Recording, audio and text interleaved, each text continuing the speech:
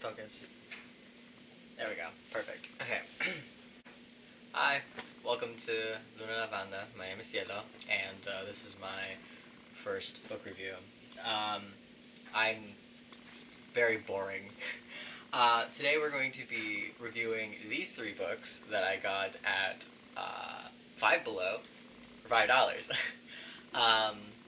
These are by Aurora Kane, and there's some pretty much some things that I wanted to talk about. I have my notes, because I'm better at looking at notes when it comes to like things popping up off the top of my head. So, first let's talk about the author. The author, Aurora Kane, is a practicing witch and a herbalist with many decades, or centuries, some centuries, of experiences in casting and conjuring. She lives in the northeast United States, where she is a founding member of the Coven of the Moonbeam Ravine, whatever. First off, no. So, the reason why I'm calling absolute horse crap on this is because the author's note, or the about note, is the exact same, word by word, by Anastasia Greywolf. Anastasia Greywolf is a author who wrote the book Witchcraft. I don't exactly know 100% or remember off the top of my head of what she wrote, but Anastasia Greywolf is not a good author because she has written stuff about she has written stuff with cultural appropriation and slurs in her books, as well as talking about closed practices. So yeah, Anastasia Greywolf already is a great start of this, because Aurora Kane, from what I have gathered, not only from her writing style and the exact same thing, is a ghost writer. Or is a ghost name, or just a secondary name, so Anastasia Greywolf can profit off of more books. You might be wondering to yourself, why'd you buy this? Well, before I started doing research on the people that I would be reading about, I would just grab books because it said witch, and I was a very much beginner witch when I was reading these things. So, that's, yeah. Some other authors that might be under Aurora Kane is Tamsin Chamberlain. She does another book. I didn't get a lot of information on her. So, but basically, if you go to Barnes & Noble and go to the cheaper section of the books, and you see Aurora Kane, Anastasia Greywolf, and Tamsin Chamberlain, don't buy it. Don't buy it. Don't give any more money to these people, please. I made the mistake of doing it because I was interested, and while I'm reviewing books, I will be telling you about which ones I didn't do research on and which ones I did do research on, because it was my mistake, and I have learned from my mistakes, and I'm doing a lot better from what I understand, because, yeah. So, let's talk about these, because my method is going to be pros and cons. I can't do a review of like, oh, I will give this 10 stars out of 10 stars because it's a great book. I can't do that because I need to tell people the pros and cons and let everyone else decide for themselves if this is a good book or not.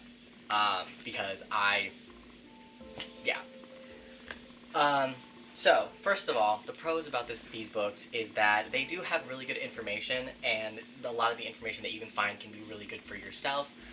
Example from Herbal Magic is what is a herb, and talking about what a herb is, and really giving you the pure definition of what a herb is. It's really just oh my goodness. Herbs includes all types of plants, including traditional herbs, spices, flowers, and trees, all with the potential to promote soothing, bewitchery, and charm.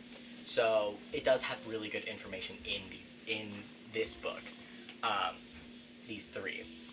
The problem with this is that it's within the text, and you have to really find them. It's not a problem, but for some people who are like trying to like not get controversial people, With Herbal Magic, I would actually, out of the three of these, put this up as my top, like, favorite, or the one with the most information that's actually really good, because in one of the pages, I apologize for anybody walking upstairs, I live in the basement, it has Herbal Magic guidelines and tells you about a bunch of stuff, and it has really pretty illustrations. I love illustrations in my books. If you don't give me illustrations, I get very sad, but it's fine, I have to survive with that. And there's also a lot of nice things in it, lots of nice spells. I don't exactly remember. Oh yeah. But yeah, these are like really, really nice for the Herbal Magic. The second one that I think is good, in my opinion, is Moon Magic. No, I'm not being biased because I like the moon. It actually does have some good information, and it does actually talk about the moon and gives more like positive information about the moon, as well as the moon cycle and what they mean. A little iffy on that purely because I have read several books about different types or different ways to read the cycles, and this one gives not great info. I'm starting off with the positives before I go to the negatives because there's a lot of negatives, and you're gonna love it. And then the third one is house magic. This just starts off with negatives. I'll give more info in a little bit. There are good stuff in it. Again, these are all really, like, these are good info, like good starts and such and such. But this like immediately starts off with like a little. You'll find out. I'll explain it in a sec. I keep repeating myself and I apologize, but I can't have a script. If I have a script, I will have a hard time like sharing what I'm actually thinking. The script is in my head. But yeah, it does talk about like things that you want, that you would introduce into your home, but again, all of these, the three of them have good information in the text that you can get for yourself. The cons. The cons of these books is they have a lot of cultural appropriation. So much cultural appropriation. Two of them I actually put tape over them because of just because I don't want to read it, / if anybody gets this book by accident, they are not allowed to read it either. Not allowed to. And I'll explain that one in a second because I can't gatekeep who is and is not. So, the ghostwriting, like I said, Aurora Kane, a lot of people think is actually just Anastasia Graywolf or Tamsin Chamberlain. Tamsin Chamberlain. That's such a Chamberlain. Whatever. It's just so weird. Ghostwriters. And that means that whoever was called out or canceled in quotations, because sometimes it's hard to cancel people because cancel culture is such a large thing, and if they're rich, they don't get canceled. They just get their shit out there and they don't get... Yeah. Anyway, that means whoever was originally a problem is now using a different name so they can get more profit off of the things that they're doing that is harmful. A lot of misinformation. So one of the things that I'm like heavy on is the feng shui in... I'm saying that incorrectly and I apologize. Is feng shui in house magic. There is information in there that's really good for like starting off, but because like one of the things is the home's entrance, or like not the home's entrance, the color coordination of a house is kind of wrong. Not kinda, really wrong. When you have like a house and you have like all these colors and coordinations based off like the rooms and whatnot, they go in a lot of different ways based off what the directions are and where everything is and what's really there and blah blah blah. There's a lot more to feng shui, and when they talk about feng shui, it's really not right, and it's very basic information, and it's... Yeah. I don't trust people who talk about feng shui and they're not practicing it, or practicing it in Eastern Eastern cultures, because Western culture is completely different. Uh, yeah. One of the other misinformations about this is, um, oh, I will get to that in a second. My apologies. I'll get to that one in just a minute. One of the other things that this person does is spells over magic, or spells over medicine. So one big thing when you are a witch, you should not erase the idea of science, or like science being real, because that's feeding into a lot of bad things. And if something is actually wrong, you should go to the doctor. One of the things that they do for herbal magic, herbal magic is, or was it? Give me a second. I think it's in all of them, like Yeah. little bits in all of them. So it's in each and every single one of them. They have in herbal magic rebalancing energies after illness, which sometimes that's okay. It's okay depending on what your illness was, what your body's doing, what needs to be helped. An example of this is if you have a sore throat and you drink lemon tea, or is it marshmallows? You have marshmallows, yeah. Root, dandelion root, lemon Yep. tea. So all that can be good for the body sometimes.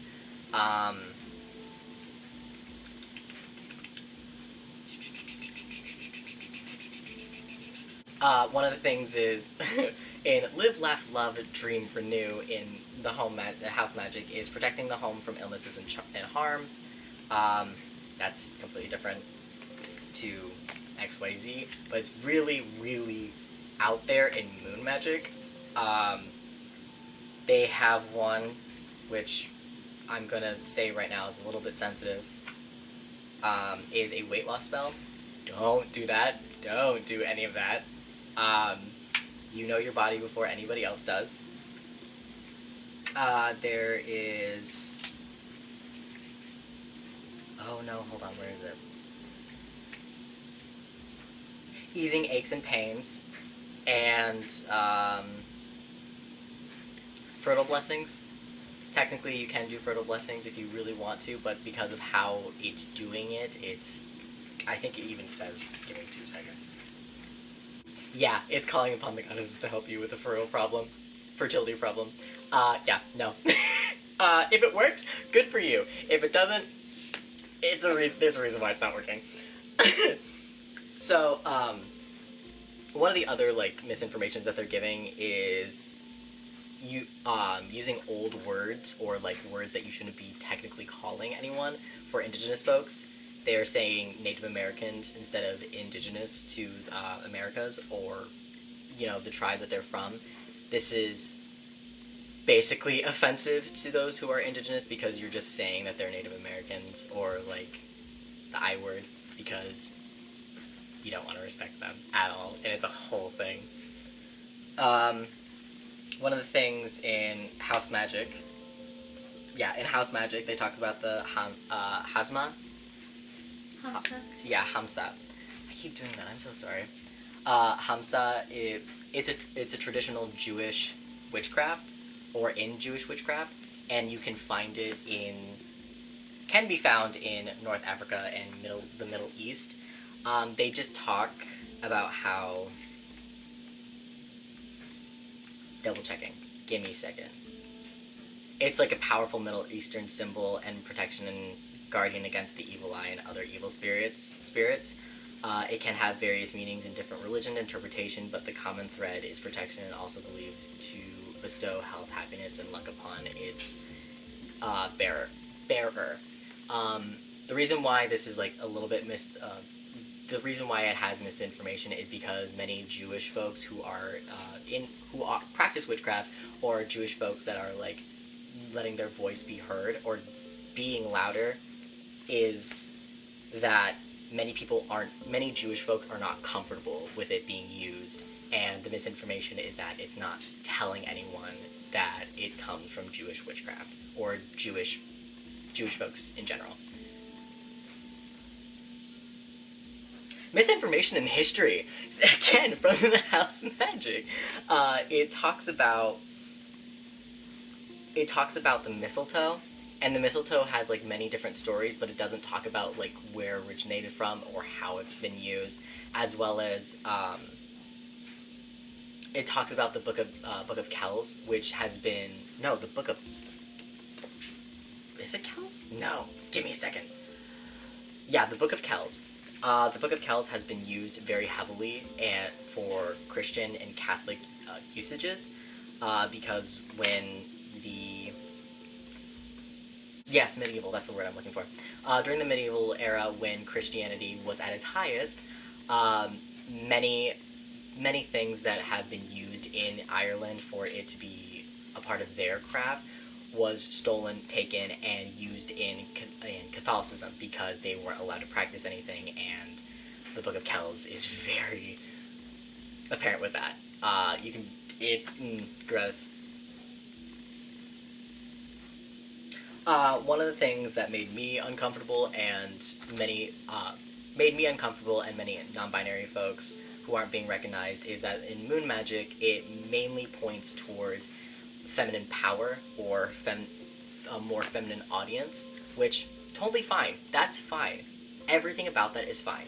The problem is that most women who feel that they need to gatekeep witchcraft often use the moon's symbolism to use that for non-binary folks or men to not practice, and that's what it felt like when very much starting in moon magic, like the very start of it.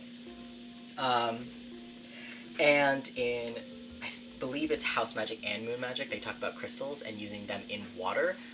The problem is that they don't talk about what happens with the crystals or what crystals to use. And they could actually be using them in the proper books because these ones are just like short. These like end at page 65, and it is definitely not 65 pages. So, one of the big things about these books is that the author talks about having an inner goddess or having an inner goddess or a goddess that can be submitted from like internal, and they do that by talking about like that was rude having an inner goddess and using your meditation, using your energy to let that inner goddess out. Just a point to like add in, having like a higher being is something completely different to like having an inner goddess or being a goddess yourself. Humans and people who work with the craft are not deities in and of themselves. They may have higher beings, or like a higher version of themselves, which is someone that you can like reach out to help you on your own path, but that's for more like adept magic users, like making yourself into a deity or making yourself into a goddess is going to get you into some trouble later on in your path. There's that. And they also talk about this more in depth in their book, Goddess Magic, so also don't read that. Another thing is that they don't really talk about this, but when I skimmed through one of their books, they talked about fairy magic. I'm not going to go too much into detail about that, but they also have a book called Fairy Magic, and it talks about a lot of that stuff not bringing up the dangers of doing such. I can't talk about it myself because I can't really find anything online, and I've never experienced anything, but from what I remember, don't touch it unless you are working or wanting to, but do it safely. Do you want to say this? Depending on your own heritage and where you are from, where you live, etc., etc., there are other versions of the fair folk, like in America or in North America, there are the little people or neighbors, and those are people who you would want to work with instead. Basically, don't touch it unless you know that you're allowed to touch it. It's also just unsafe to advise people to work with the fair folk just right out of the gate Yeah. without explaining any of the rules. We aren't going to explain them because we don't facilitate that. Um, Not to any disrespect. That's just generally unsafe, and we don't want to give access to baby witches who want to get their hands on it just because it's a no-no thing to do. It's definitely a very, very intermediate type of magic, and if... No. Just no. Just keep yourself safe. That's all I ask. That's why I'm talking about these things. Big thing that is talked about a lot in these is love magic. Here's the thing. Love magic towards yourself is fine. Love magic towards others is taking away their consent, as well as just don't do it. A lot of people have talked about very openly that doing love magic is really not the thing to do, and it causes way more problems than any good. So if you do love magic towards yourself and make yourself have love towards yourself, fine. Anyone else, no. Unless they're consenting. But even then, no. That is the big thing. Just don't do it. And so the big thing about these 3 books is that they talk about white sage. Here's a big part of their cultural appropriation. Not only are they taking things away from closed practices, as well as from people who have been very open about not taking things or not talking about them, they talk about smudging.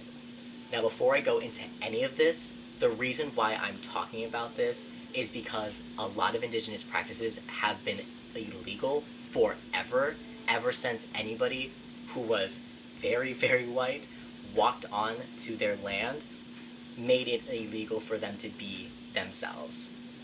So that's why I will be stressing this the most, because no matter what else I said to you, and you're like, oh, I can get through that, that's fine. This is the reason why you should not be letting these people make money off of their books for practices that the indigenous people, have talked about very openly. They talk about smudging. They talk about using white sage. Smudging is not something that white people or anybody who isn't indigenous or non-natives are allowed to do. Smudging is a part of ceremony, rituals, and sacred times for indigenous folks. White sage is very sacred to indigenous folks, not only because it is a part of ceremonies and rituals, but because it is being over-harvested to the point that indigenous folks who use it for their practices that are sacred to them and what they're allowed to practice can't reach their own crop. So the reason why, even if you look at these and you're like, oh, that's fine, I don't need to worry about them, you need to worry about the indigenous folks who are being harmed by people talking about smudging. Smudging is used only for indigenous folks. Smoke cleansing is fine to do. You can use incenses and even make your own incenses if you're nervous about something being over-harvested, and definitely do your research on things that are being over-harvested or about to be on the endangered list, because that's something that is definitely a problem. It's really hard to sometimes, because sometimes there's just things that you can't be aware of all the time, and that's acceptable. But once it becomes a problem where indigenous folks are telling you to stop doing it, you stop.